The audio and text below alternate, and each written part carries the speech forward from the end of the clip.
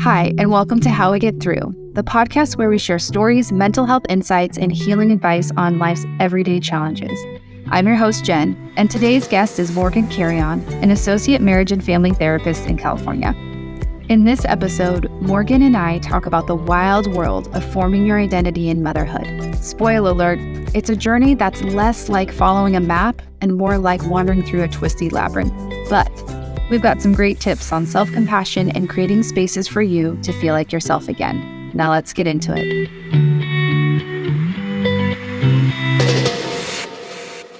Hi, and welcome back. We are with associate therapist Morgan Carrion, and she specializes in parenthood, partnership, identity crisis, and all things motherhood. Morgan and I did a deep dive on the last episode about the magnitude of becoming a mom. And now we're back to talk about how we can get through this thing called motherhood. Welcome back, Morgan. Thanks. I'm excited to keep talking. Yes. So we were kind of talking a little bit earlier of like, we talked about like a lot of the negative sides of motherhood. But I think that is the experience, right? It's like this exciting thing. And then you go in it and you're just so shocked. And motherhood is beautiful and wonderful. But there are also some things that are just so sticky that we kind of like can get stuck in or loop in. And so I would love to hear some tips that you have on how can we get through these parts or these layers of motherhood. Yeah. Okay. So I have some tips. I'm trying to decide what order to tell you them in because I think there's sort of like two pieces to it. There's the making it through the day-to-day and sort of what you can do to be with yourself, to be kind to yourself, to cope and to make it feel good. And then there's sort of like the identity formation side of things, which is more existential. It's a little bit more abstract and requires like big time reflection. And so I just want to normalize quickly a little bit about like the identity formation part. This is, when I said in the last podcast about like the identity formation process taking more than 6 weeks and less than a lifetime, I think that's a really indefinite, inconcrete, not concrete process. And really feel like peeling back layers of an onion, or my favorite image for it is like walking through a labyrinth. As you're moving through, you feel like you're moving closer to the center, to the goal of like being one whole person. But sometimes you have to move back to get closer. There's just so many layers to it. There's how you relate to your history, your past, your mother, your experiences of being mothered, the intergenerational narratives you've inherited about it. There's how you relate to your body, and how your body has changed inevitably after going through all this. There's like the partnership, the evolutions in your partnership, and all of these things just unfold over a long period of time. And so I just want to normalize that's true. And so be patient with yourself, one, and two, keep going back to that, think about how you're holding your birth story and whether or not you wanted to become a parent. It's been like for you. These things like deserve your attention and revisiting, and it's okay if it takes time. So that's just Yes. I think there's a really good point you said in there of the different layers. And I think about my own journey in motherhood, how I remember how they just hit me different. Like there's times where I'm like, oh, I wish my mom would have done this, or I'm thinking about my mom and my grandma, like this generational piece. And then I'm like, oh, I'm really sad about or mad at my partner, or I'm grieving around that, or my body. When is my body going to be mine again, or feel good, or, my nipples won't be on fire, just I want to just kind of like, I think for everyone listening, and this is the therapist side of me, right? But like allow them to come up and just like kind of be curious and notice those different sticking points, because you can't do it all at once, right? But at those times, they're kind of coming up for a reason, It's just like, have space, like have it be like a marker of like, oh, that's interesting. I'm starting to think about how I was mothered, or how I wasn't mothered, or things I wish I had or how I want to show up for my daughter now. Like, and just like easing into these little pieces, these little layers, and they don't have to make sense. They don't have to be like solidified. They don't have to like, you don't have to be on the other side of that. Yes. Because it's so much. And I think it just pops up. And I don't know what your experience was, but like, there's like one day it's this, the next minute it's that, right? And so just allowing yourself to just sit with those a little bit, because they're all leading you to eventually get into that labyrinth of like, oh, this is me as a whole. And I think as you're describing that, I love the language of like sticking points and letting them, you know, be holding space for them as they arise, and knowing that like, I guess part of this inevitably has to take a lifetime, because as our kids grow, new things will arise in us. We will reflect on new things. We will notice new things. And so, yeah, I think that connects really well to my first tip related with my course. And it's, I feel like one of the most important things you can do for yourself is to nurture a kind inner voice. And that just, well, yeah, there's this basic idea that like we talk to ourselves more than any other person out there. So like, how do we do it? We should pay attention to that because it impacts us. But as these things come up, as you notice a memory arise, or you notice like, you know, this happens a lot when I like start getting frustrated or angry at my daughter, I'll start to sound something like my dad. And, you know, how do I talk to myself after that like voice comes out of me that I hated so much as a child and that's, you know, was scarier. And so can I be gentle and generous with like why I'm doing that, why I'm going there? Curious with myself about where that's coming from, what sort of like brought me to that point, and then like tune in with what I'm needing. So I think how we talk to ourselves matters so much. And yeah, also to your point about the labyrinth and the form building out the identity, I recognize very much that my daughter's only 3, you know, and I've thought a lot about this, but there's no way for me to be complete as a mother right now. Yeah. You know, I have to be with her and be growing and changing alongside her for as long as we both live. And yeah, I think getting the investments we put into being able to grow with kindness, gentleness, and curiosity toward ourselves pay huge dividends over the course of our lives. Yeah. And I think, I mean, it sounds kind of like woo or just kind of, oh, just be nice to yourself, whatever. But I think what is really important here is that we don't start off being nice to ourselves.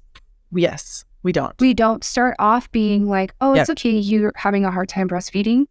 It's okay that she's not sleeping. It's so shame-filled, and it's so, again, like sticky on the other side of like, how can we allow ourselves to have this experience and move through it when we start to feel the guilt, when we start to feel the shame.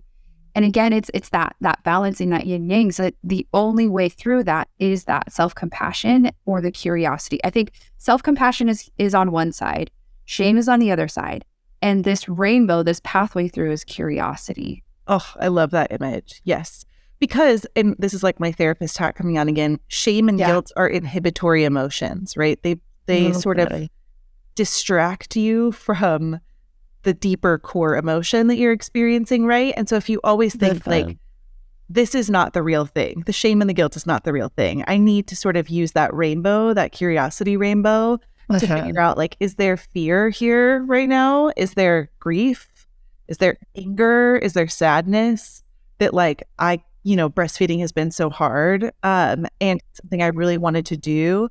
And those are the harder things to be with sometimes. So we sort of cope with them through shame and guilt. But those are never that productive, and they're not the real thing. Yeah. And so maybe that can be the motivation around that. Like, it's you don't land in shame. You actually go the other way.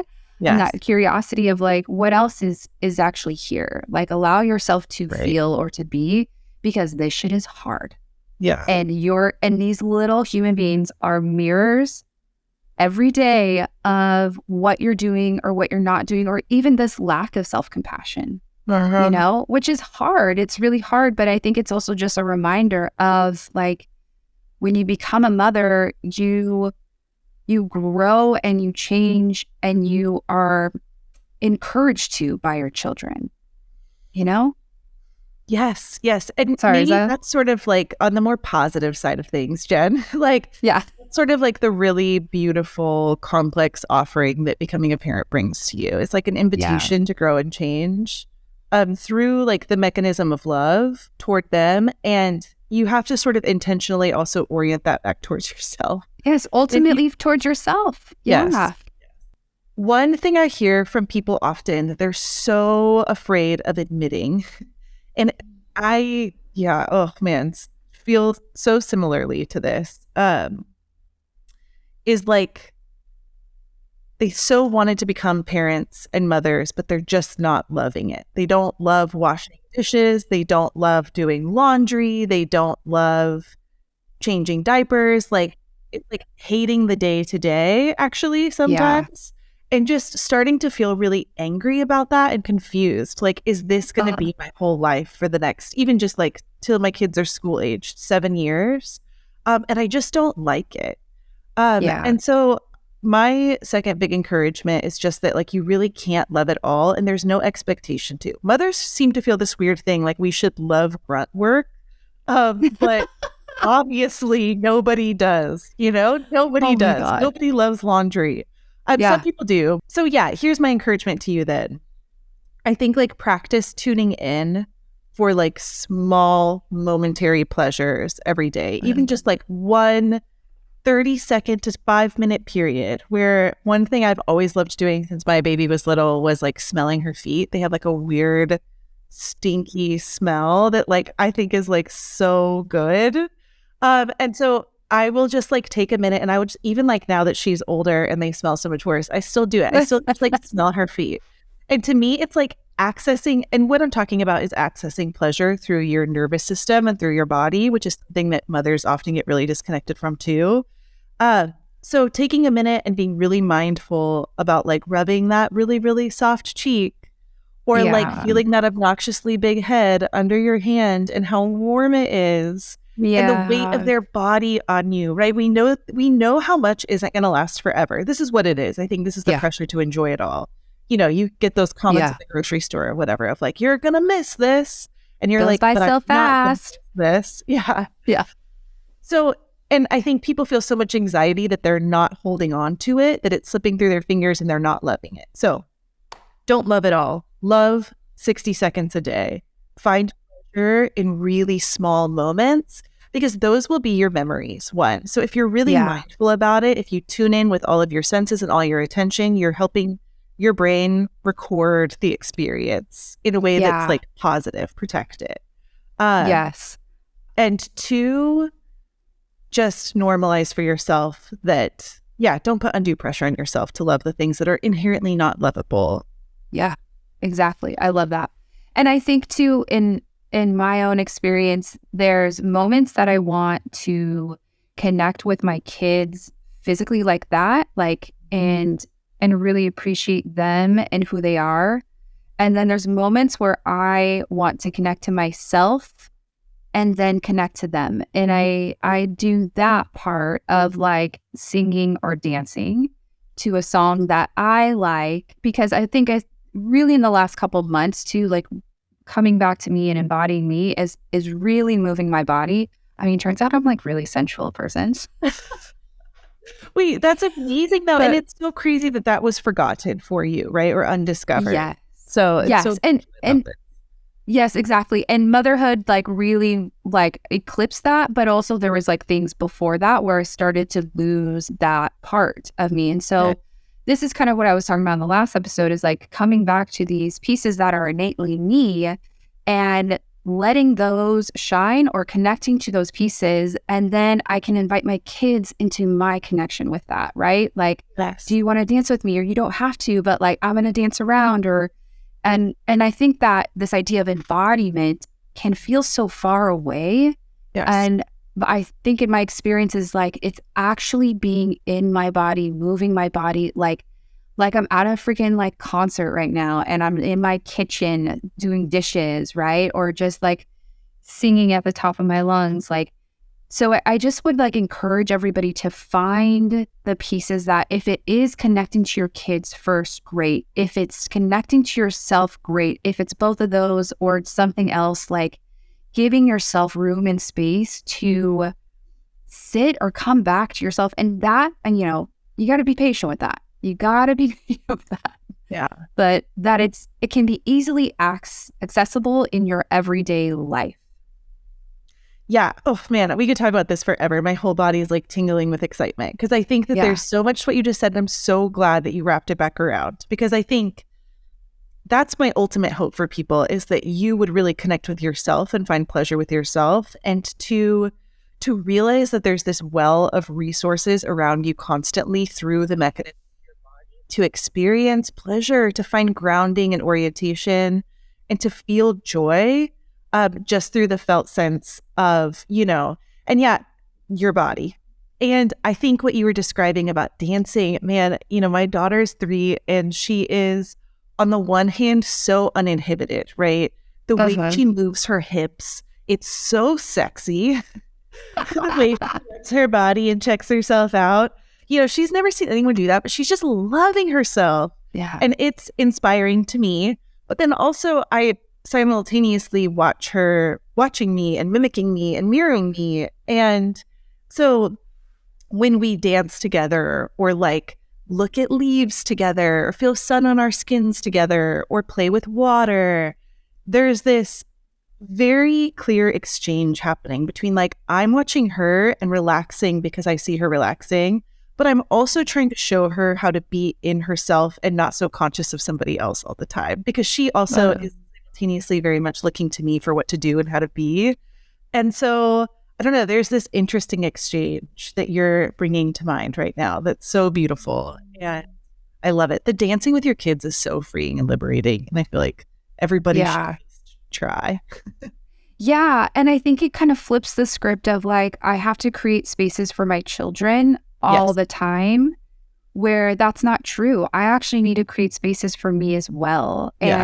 And that can be integrated into connecting with your kids. It doesn't always have to be, right? But it's not like this self-care for mom is like on a vacation away. I mean, that sounds great, but it's not feasible for everyday life. And I think going back to your tips is like these ideas of pleasure or joy or creativity or fun gets to start with you. Yeah. And you get to invite your children into it. And if they want to, they can. If they don't, they don't. And you can join them another time into their own creative world. But it doesn't have to be this all or nothing just for them. Oh, that's a great segue into my third one. I'm a big believer in that. I'm a big believer, though, in like doing, and so this is with the crafting and the art stuff. I will try to do my stuff in front of her and tell her like, no, she can't do it. She has to do her own. So I think holding some of the space around yourself, like we're going to listen to my music right now. Yes. And so my third one, and this actually comes from Jen, our conversations as I was preparing the course. You really helped me conceptualize this idea of like a pie chart of the family space that everyone's taking up. And if you were to just even like think about it right now, for listeners to just envision their like family pie chart, and how much space each person takes up on the pie chart. One of the things I want to draw your attention to, or everybody's attention to, is that these lines just should never be fixed. They need to be moved. It's okay that kids, partners, other people, life needs take up space and take up the majority of the space at certain times. But if we don't learn how to make these lines flexible, and which includes letting ourselves take up a little bit more room from time to time, what message are we sending our kids, first of all? And second of all, child care, family life demands flexibility inherently, but a lot of times we're flexible around everybody else but ourselves. And so a lot of really bad things can happen when we're not actively practicing moving those lines, taking up a little bit of space. And the thing about taking up space is that it's not going to feel easy at first. You know, it's not going to be like your kids are going to say like, see you, mom, have a great time at the bar. whatever it is. Or like, yeah, take a bath, mom. Relax, you deserve it. They're going to cry. And that's okay. Their distress might mean that it's something new. It also might mean that there's something wrong. And so that's something I talk about a little bit more in the course. But my greatest tip for mothers is to ritualize the space you take up in some way. So whether that's like a monthly outing, a monthly like date with yourself that you take, where you take like 4 hours on a Saturday, 6 hours on a Saturday, and like go to a museum, do whatever you want to, go to a movie by yourself, eat popcorn and red vines, order a beer, whatever it is. Or I would prefer if everyone did this on a weekly basis, but I went with the monthly first, just to like put it up. But ease into it. Last thing where like you don't have to ask for it, and you don't have like basically the choice is off the table. You don't have to decide to do it. So whether that's like a Friday morning walk with a friend or with yourself, or like baths, and I think outings with friends in this way are really, really powerful and sweet. They've been that way for me. I see one of my best friends every Tuesday night, and we have since her second child was born, so that's 2 years now. And it's something that childcare is guaranteed. We stay and we talk for hours. We each bring like our little lists of things we've read and we want to talk about. And I mean, it's someone who like makes me feel alive again, and that like, I am a thinking smart person. We talk a lot about ideas, about parenthood, about whatever, lots of things. And it's like very enriching to my personhood. And now we've also become like regulars at this place that we go. We've become good friends with the people there. And so whenever I tell people about this, they're like, oh, must be nice for you. What a luxury. But I want to tell you that this was not easy for me to do or make happen. But I chose I was responsible for my own boundaries around it. I said that this is important to me. This is like what I'm going to do. Even if it puts stress on the system at first, it reorganized around it eventually. And so I think a lot of us have limitations in our head that aren't fully real. We can move these walls if we want to and when we need to. It doesn't have to be as extreme as like 4 hours every Tuesday night. I get that that's a big chunk of time. But it can look like whatever you want it to look like is what the point is, right? And I think there's an bit like, so this is what happens a lot. People are like, I'm going to get a break on a Sunday. My partner's going to watch the kids, but then they don't decide the time ahead of time. And it's like, it's not planned out enough or assumed enough. And then they never end up asking for it, right? So it's something that has to be ritualized in a way that, again, the choice to do it is off the table. Sometimes on Tuesdays, I don't want to go, right? Like sometimes I would rather go home, but I know that she's going to be there waiting for me, that like there's expectation around it. And so I show up. It's a lot like working out. I always, decide to work out in the morning. You're never going to do it. If you go to bed in your workout clothes and you have to meet someone or you sign up for a class, you'll do it, if you decide the night before. So we need that kind of same buildup for space for ourselves. But we never do that with things that we think should feel good or we're doing to feel good, right? We only do that with like work. Yeah. Because as you're talking, I am like, oh, but I could hear myself and other people, friends and clients. Like I spend a lot of time away from my kids already from work. How can I ask for more time or time away, or there's guilt or shame? But I think they're in two separate categories. Yes. They're not equal. They're not the same. They don't give the same like life back to you. They don't pour into you. You're constantly pouring out. I mean, obviously as a therapist too, it's like you are providing spaces for other people. Who's providing space for you? Right. Yes. And it goes back into the idea of nurturing the mother of this is all about nurturing you as a mother. This isn't just about you going and hanging out with your friend every Tuesday. This is like putting yourself back online, like creating a warm hug around you, crying, like everything. Like those spaces are actually imperative, and so important. Yeah. And so my daughter can see that she can see a mother who's feeding herself one, and so that she can have a mother who comes back and is excited about new ideas and feels reinvigorated to dance some more, or who heard a new song, right? I'm getting input that I bring back home that is very life-giving for the whole family. Yeah. I think that's a really good point. Like noticing your energy when you come back and you're like, oh my gosh, like, hey, how's it going?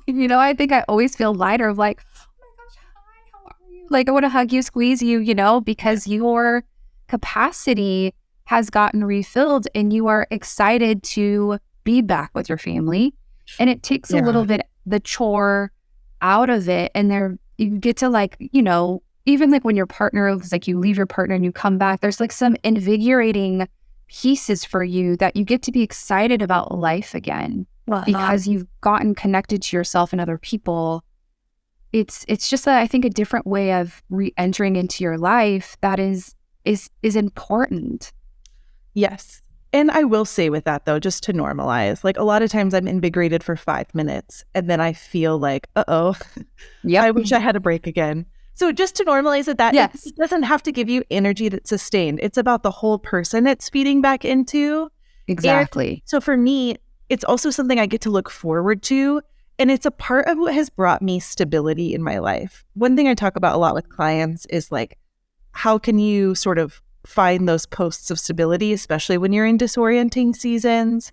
And whether that's even just like people at a coffee shop who know your name or any sort of like ritual and organization around your life is it's very cathartic for your nervous system. It's very orienting and stabilizing. And so, my life has undergone a lot of changes over the last couple of years. And this Tuesday night thing has been the most therapeutic element of like my whole week, because I know it's going to be there, right? No one's going to take it away. She doesn't get to decide not to come. And if she does, there's other people there who like, whatever. Fill in. So, it's stabilizing, cool. Which I think is a really beautiful thing. Yes. Like this concept is like, I mean, I think I've heard this before from you, but to hear it again, I'm like, it's like radical. It's like, it is radical. What are you doing? This is insane. But it's also so like, I want that. Like, I bet you every mom that's listening is like, I want that. And I need that. And even just the idea of community, because motherhood can feel so isolating and you get in the day-to-day that you need to be out in the world. Like you need to be in a coffee shop where everybody knows your name. You need to like friends this, like, because we need communities just like we were in our 20s. Right. But it has to be intentional because it's not as accessible as it once was. Yes. And I think this is a really hard concept to pitch to people, but it is one of my little personal crusades because I think it is really life-changing, but it feels very impossible. So if it feels impossible to people listening to this, I totally understand. So start small, right? Yeah. I think anything that like, a walk, a workout, a coffee, even if it's just you and yourself going to a coffee shop on Mondays, you treat yourself to a coffee, learn the people's names. And the thing about connecting and with people in a public space and being known is that it makes you feel more real as a person. And I know that sounds maybe dramatic, but it's like being witnessed by others in a routine, being known. It's so, so, so valuable to our overall mental health. It's something that we need. And being a part of society without a mom label. Yes. Like, exactly. I'm just a girl. I'm just a girl in a coffee shop. Like, like I can be a rom-com. Yeah.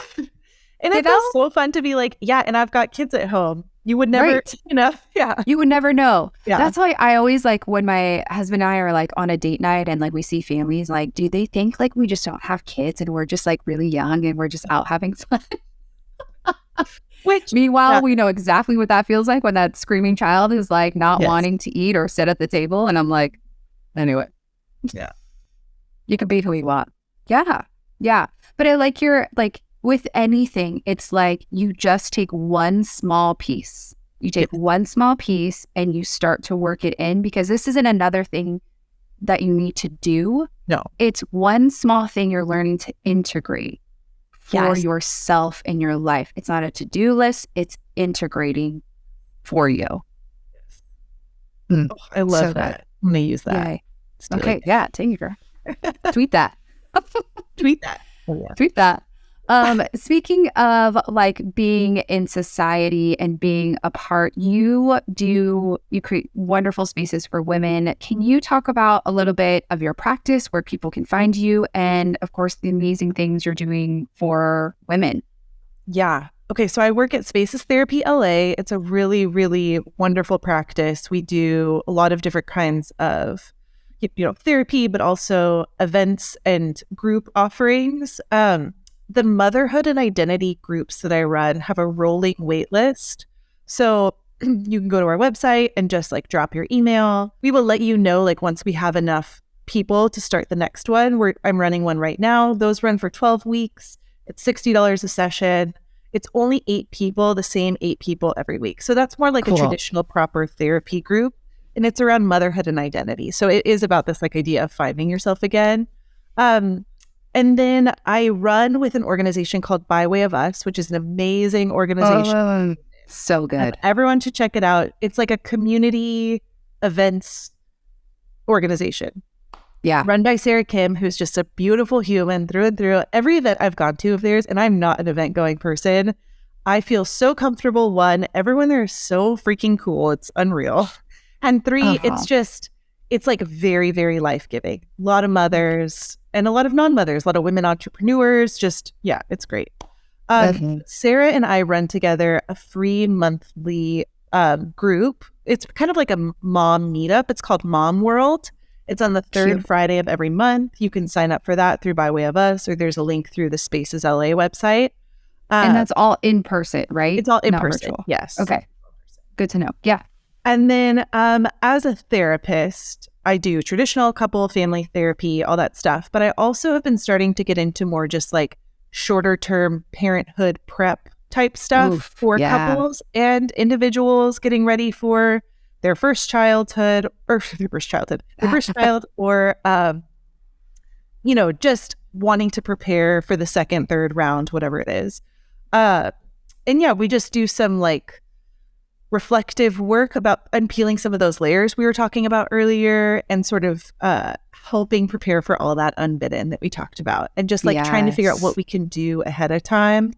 I also sometimes in-person like bonding support, home visits, things like that. So depending on what people are needing, I'm still trying to figure out what those offerings look like for myself, but I just want to be with people in this phase of their life. And so, yeah.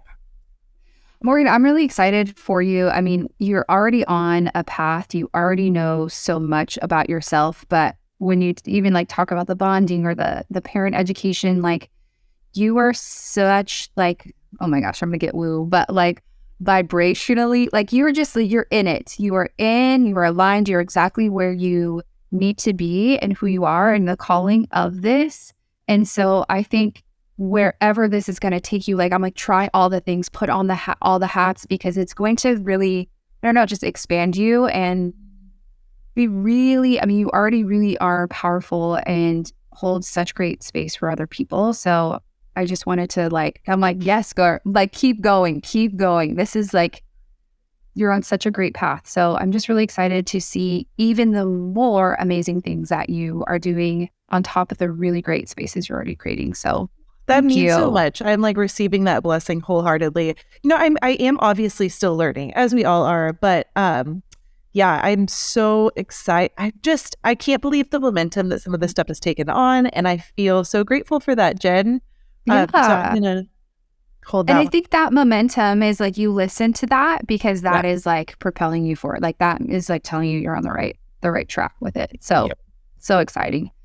Morgan, I can freaking talk to you for hours. We can go woo. We can talk about mother. We can talk about so many layers. Thank you so much for coming on. We will put all of your contact info in the show notes, and By the Way of Us and all of that stuff.